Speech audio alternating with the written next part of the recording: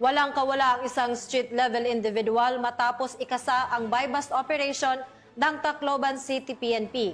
Ang buong detalye ay hatid ni Patrolwoman Maria Elena Singian.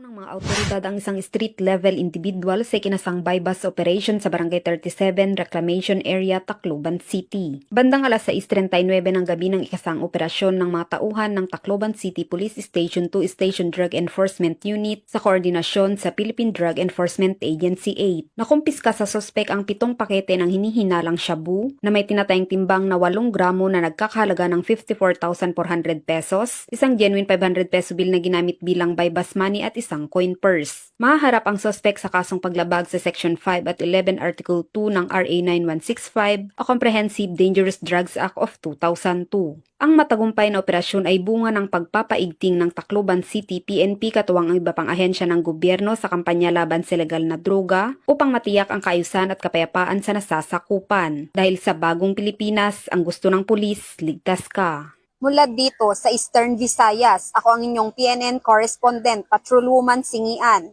alagad ng batas, tagataguyod ng Balitang Pulis.